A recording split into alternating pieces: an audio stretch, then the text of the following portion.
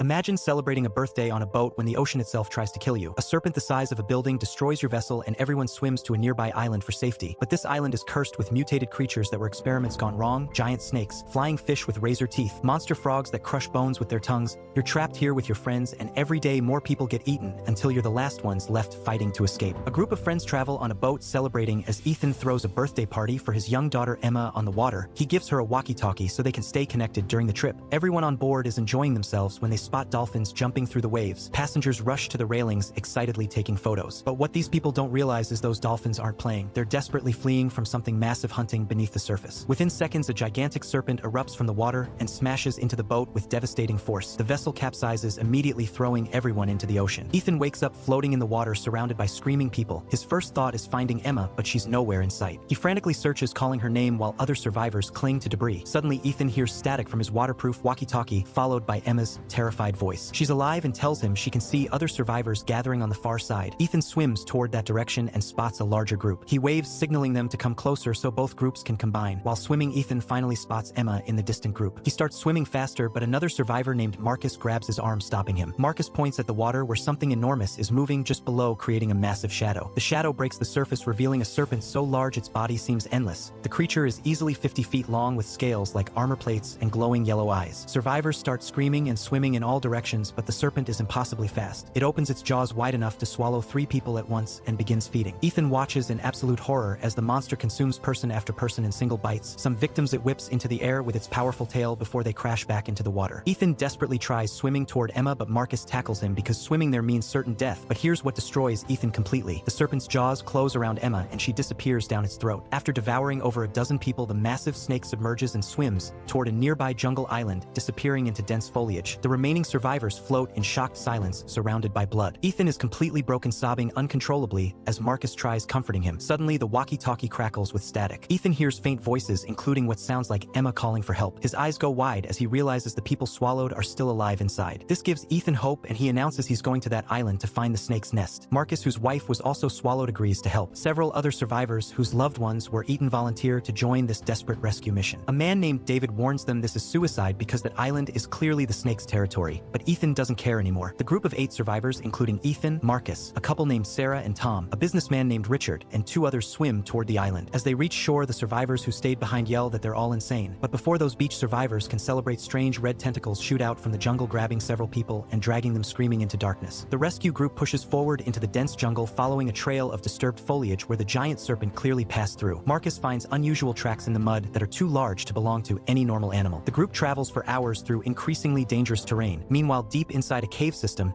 the giant serpent returns to its nest. It opens its mouth and regurgitates all the living victims onto the cave floor like a cat coughing up hairballs. The traumatized survivors, including Emma and about 15 others, are covered in digestive slime but miraculously alive. Captain Roberts, who was the boat's captain, immediately starts looking for an exit from this nightmare cave. He notices the walls are lined with massive eggs, each one the size of a car. Emma warns him not to touch those eggs because something could hatch. The businessman from this group, named Wallace, ignores the warning and picks up a rock. He smashes one of the eggs, thinking if they kill the babies, the parent snake will have nothing to protect. This turns out to be catastrophically stupid because a baby serpent bursts out of the broken egg. Even as a newborn, the snake is 15 feet long with razor-sharp fangs. Everyone runs deeper into the cave, hiding behind stalagmites as the baby hunts them. It spots a paralyzed woman who can't move fast enough, and despite her screaming, nobody risks going back. The baby snake devours her, buying the other survivors time to find a deeper hiding spot. They huddle together in the darkness, wondering if rescue will ever come. Back in the jungle, Ethan's rescue group is still tracking the giant serpent's path. They've been walking for so many hours without finding the nest that exhaustion is setting in. Marcus suggests they rest for the night. While setting up camp, Marcus cuts down a small tree for firewood. Strange black liquid oozes out of the cut trunk, pooling on the ground. An elderly survivor named George lights a cigarette and accidentally drops the match into that black liquid. It instantly ignites, creating a massive fireball that almost burns everyone. They realize this tree sap is extremely flammable, like gasoline. Ethan suddenly feels dizzy and notices everyone is laughing at him for no reason. He turns around and sees the giant serpent right behind him. Emma's voice echoes in his head, saying, "Daddy, you couldn't save me." The serpent lunges and coils around Ethan, squeezing the life out of him. He struggles desperately when someone throws water in his face. Ethan snaps back to reality, realizing he was hallucinating from the fumes of burning tree sap. The smoke from that flammable liquid is highly toxic, causing vivid hallucinations. But that's not the only danger. The trees themselves are alive with vine-like tentacles that grab people and try impaling them. Marcus and others fight off the attacking trees, saving everyone except one man who gets stabbed through the chest by wooden spikes. The group flees that area, barely escaping as the carnivorous trees try killing them. Meanwhile, in the snake's nest, the survivors are dealing with their own crisis. Wallace, the businessman, killed the baby snake and is now fighting with everyone else. He's screaming that this is all their fault and they're going to die here. A young woman named Sophie calms him down, explaining they need to work together. The captain discovers another tunnel that might lead outside,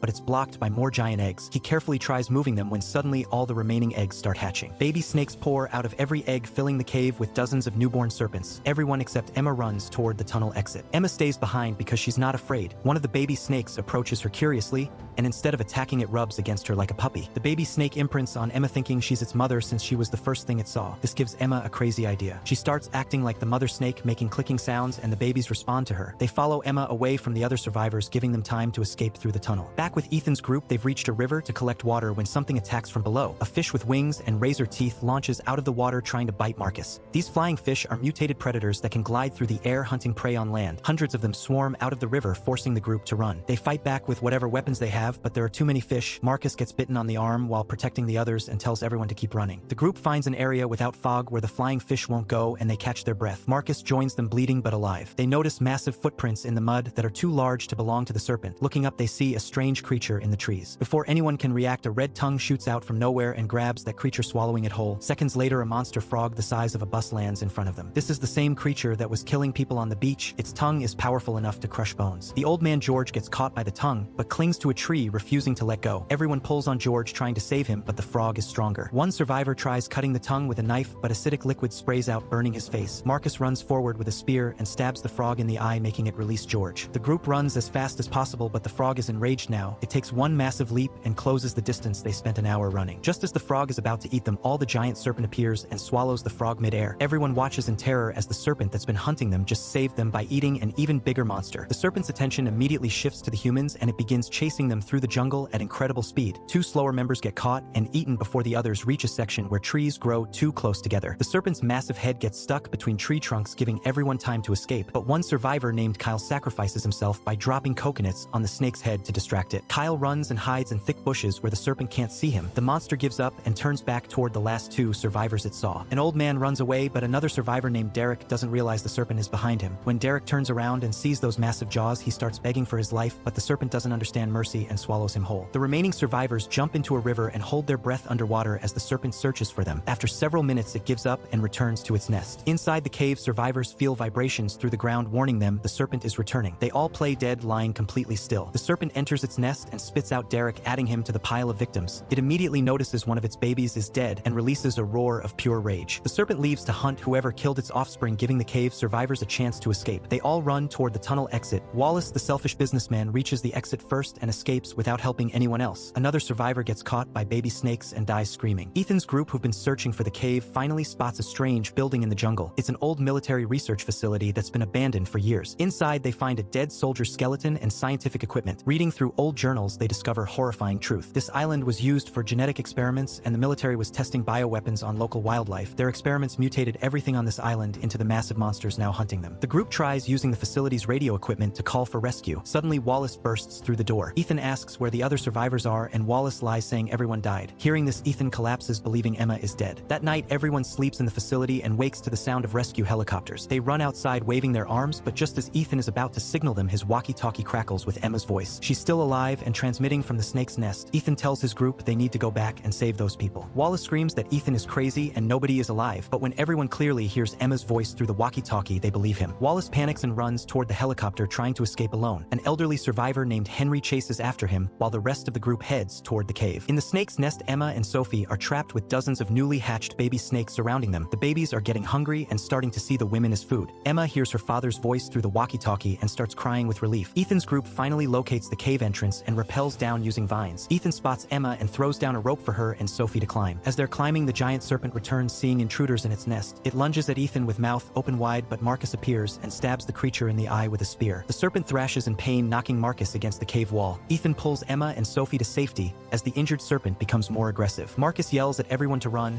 and reveals he's carrying containers of that flammable tree sap they found earlier. He throws the containers at the serpent and lights a match. The serpent's entire body catches fire as it writhes in agony. The flames are so intense the creature panics and crashes through the cave wall, escaping into the jungle. Marcus and Ethan chase after it as the burning snake destroys everything in its path trying to reach water, but the fire burns too hot and too fast. The giant serpent finally collapses dead from its injuries. Ethan rushes to the serpent's corpse and forces open its jaws. He sees Emma's hand among the partially digested victims and pulls her out. At first, she doesn't respond and Ethan fears the worst. He performs CPR, desperately trying to revive his daughter. After several agonizing minutes, Emma coughs and opens her eyes. Ethan holds her tight, sobbing with joy as the other survivors celebrate their impossible victory. Rescue helicopters finally arrive to evacuate everyone off this nightmare island. If you're still watching, this means you survived the full story. Make sure to subscribe and turn on notifications so you can watch more videos like this. Thanks for watching.